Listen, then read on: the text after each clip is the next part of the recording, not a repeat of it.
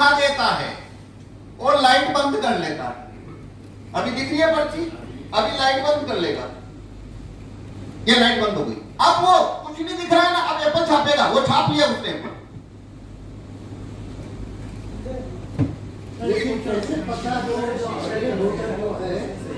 वो किसी को पता नहीं लग सकता क्योंकि वो वोटर में चला गया लाइट बंद होने के बाद, और इतने में वो चला, लाइट बंद हुई, वो चला और उसने पर्ची छाप ली। वेस्ट बंगाल के अंदर तो सारी टीएमसी की वोटें चलती हैं, तो वो कैसे भाजपा की वहाँ नहीं जीतती? टीएमसी की जीत जाती है, टीएमसी कंटिन्यू वोटिंग होती है। नहीं एक सुनिए कंटिन्यू पड़ेगी भैया, सुनिए एक, हाँ एक बात सुनिए। देखिए यहाँ अरे भाई सुनिए एक बात, यहाँ ये नहीं कहा जा रहा कि ये गड़बड़ी हर एक कॉन्स्टिट्यूएंसी में हर एक बूथ पे होती है। जहां आप करना चाहेंगे, और आप सब जगह कर भी नहीं सकते क्योंकि अधिकारी भी आपके पक्ष के होने चाहिए, ठीक है ना?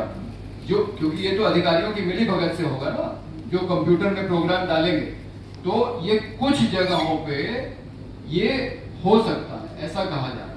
सिर्फ ये नहीं कहा जा रहा है कि सब जगह होता है। अच्छा, अब मैं बताऊंगा इसके अंदर यदि वोट चोरी करना हो तो ये प्रोग्राम कब भेजा जा सकता है।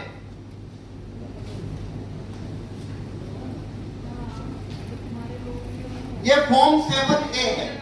जब चुनाव आते हैं उस समय अंतिम प्रत्याशियों की सूची जो बनती है उसे आरओ द्वारा फॉर्म 7A पे लिखा जाता है।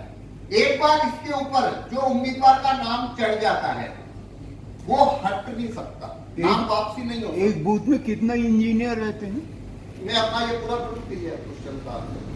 तो जैसे एग्जांपल के लिए यहाँ चांदनी चौक लोकसभा क्षेत्र पे चुनाव है, तो वहां पे 1000 मशीनों के अंदर ये इंफॉर्मेशन भेजनी पड़ेगी चुनाव के 15 दिन पहले। करेक्ट। सभी मशीनों में जब तक ये इंफॉर्मेशन नहीं भेजेंगे आप, तब तक वीवीपैट को नहीं पता है किस उम्मीदवार का नंबर क्या है, ईवीएम नंबर, और वो किस सिंबल पे चुनाव लड़ रहा है। जब ये इंफॉर्मेशन प्रत्येक वीवीपैट में भेजी जाती है, उस फाइल को बोलते हैं सिंबल लोडिंग फाइल।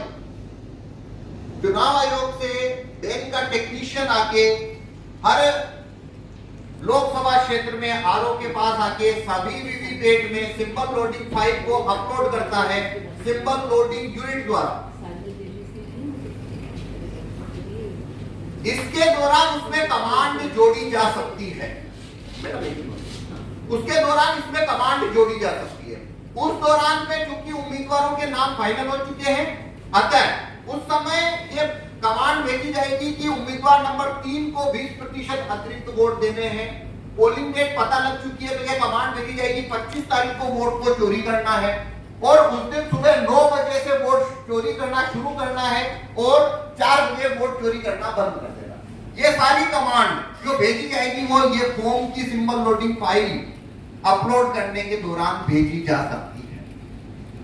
ये इसमें इंफॉर्मेशन भेजने का एक संभावित तरीका मैंने बताया। अब बात आती है क्या धांधली हो रही है, तो देखिए धांधली का तो कोई सबूत हमारे पास है नहीं।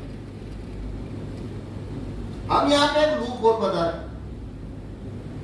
आपसे मैं एक प्रश्न करता हूं, इस वीवीपैट का कांच आप काला चाहते हैं या सफेद?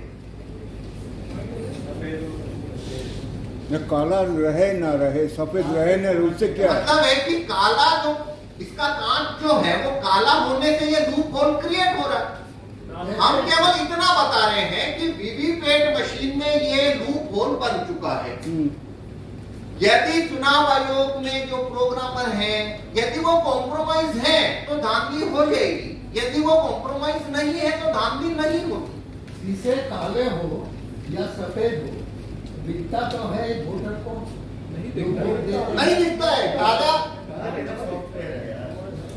आपको कहां से दिखेगा? बताइए मुझे, आपको दिख रहा है कुछ अंदर क्या है? तो वहां भी नहीं दिखता। लाइट जाती है तो लाइट बंद होने के बाद ही तो वो पर्ची छाप रहा है ना। ये चुनाव आयोग का वीवीपैट है काला, ये पहले 2017 का वीवीपैट है। लाइट बंद होने के सारा जो वोट का चोरी है वो कांच से ही होता है, कांच और लाइट। तो हमारा कहना है ये कांच को यदि व्हाइट करना हो तो 12 लाख 15 लाख ईवीएम के कांच बदलना 2 साल का प्रोजेक्ट है।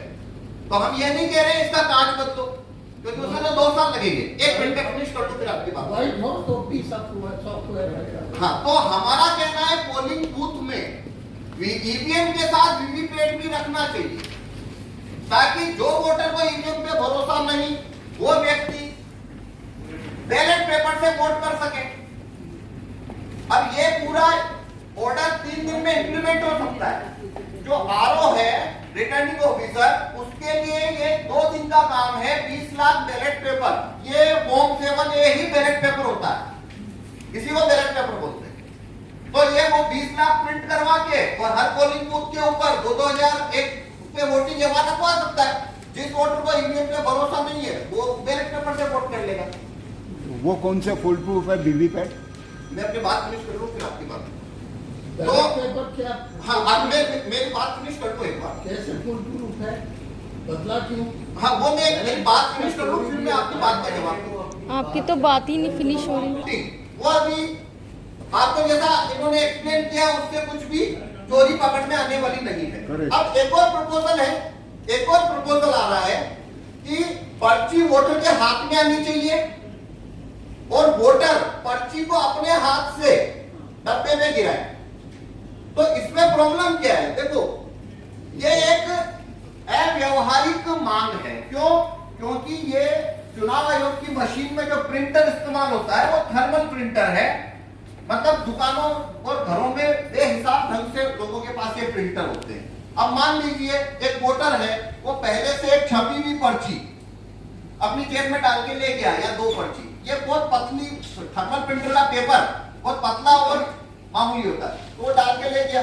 उसने वोट दिया, पर्ची ली और उस पर्ची के साथ फोल्ड करके ये एक और गिरा दी। उस बूथ पे एक उसने गिरा दी। अब आप पता नहीं लगा सकते इसने कितनी पर्चियां गिरा दी। 10 पर्ची एक्स्ट्रा किस पार्टी की डाल दी इसने। वहां पे अब ये तुरंत बूथ पे वोटिंग जो है काउंटिंग के दौरान पे वो सारा कैंसिल हो गया। ऐसे सभी जगह पर इस तरीके की हरकत शुरू होगी और पोलिंग काउंटिंग के दिन सब जगह पे ये कैंसिल हो जाएगा चुनाव। तो ये व्यवहारिक समाधान नहीं है। दूसरा, अभी जो वीवीपैट का डिजाइन है उसमें पर्ची हाथ में आ नहीं सकती। उसके लिए पहले उसके डिजाइन को बदलना पड़ेगा। तो जो भी व्यक्ति, पार्टियां, कांग्रेस ने भी ये डिमांड रखी है कि ये पर्ची जो है वो हाथ में आनी चाहिए। उसका मतलब है 2 साल लंबा इंतजार, क्योंकि पर्ची हाथ में आने के लिए आपको 18 लाख वीवीपैट का डिजाइन बदलना पड़ेगा। तब तक तो लोकसभा चुनाव खत्म हो जाएंगे। अगर इसका कांच बदलना हो तो फिर 2 साल लगेंगे। तो सिंपल इलाज क्या है कि वीवीपैट के साथ में आप बैलेट पेपर भी रखिए। बैलेट पेपर से वोटिंग होती है या ईवीएम से होती है, उसमें एक बुनियादी फर्क मैं बता देता हूं। जब बैलेट पेपर में धांधली होगी तो वो पकड़ में आएगी, और 100 बूथ पे धांधली करनी है तो 100 ही बूथ पे आपको वो करना पड़ता है।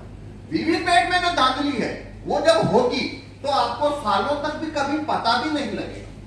और एक प्रोग्राम 2000 मशीनों में वोट की चोरी कर लेगा साइलेंटली। ये फर्क है।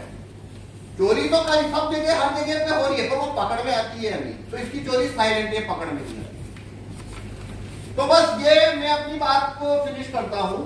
मैंने आपको 2 तरीके से इसके अंदर कागज के वोटों में हेराफेरी कैसे हो सकती है उसका लूप होल बताया। हमारी चुनाव आयोग से मांग है कि ये लूप होल के कारण वीवीपैट विश्वसनीय नहीं रह गया है। लोकसभा चुनाव के दौरान पे चुनाव आयोग प्रत्येक रिटर्निंग ऑफिसर को ऐसे आदेश जारी करे कि वो बैलेट पेपर भी पोलिंग बूथ में रखे, ताकि मतदाता को विकल्प मिले। पर्ची हाथ में देना वो अव्यवहारिक समाधान है, अतः हम उसका समर्थन नहीं करते। ठीक है, मेरी बात होती है। अब इसमें जो तकनीकी आंसर है तो उन्हें हम लेंगे। नहीं, मैंने आपसे पूछा है कि जो एक बूथ में कितने इंजीनियर होते हुए रखा जाना चाहिए। इंजीनियर कितने, एक बूथ पे कितने इंजीनियर रखना चाहिए? किस चीज के लिए? बैलेट पेपर, ईवीएम अगर टेक्निकली इंजीनियर की जरूरत क्यों है? नहीं रखता है बूथ में नहीं, वो पूछ रहे हैं इंजीनियर कितने होने चाहिए, पर वहाँ बूथ में इंजीनियर होता नहीं। देखिए हर एक टेक्निकल आदमी रहता है। देखिए जब जरूरत पड़ती है बुलाया जाता है, लेकिन ये जिसकी बात कर रहे हैं जो प्रोग्राम जो चेंज कर रहा है वो तो सेंट्रली हो रहा है। उसके लिए हर एक बूथ पे जाके करने की वो जरूरत ठीक है, क्योंकि इंस्टेंसेस है जी। कि जो ये ईवीएम डिसऑर्डर हो गए, हाँ तो जाएगा नहीं। डिसऑर्डर हो जाने के बाद लाइन पे जो लोग रह गए थे उनके लिए तकलीफ हो रहा था।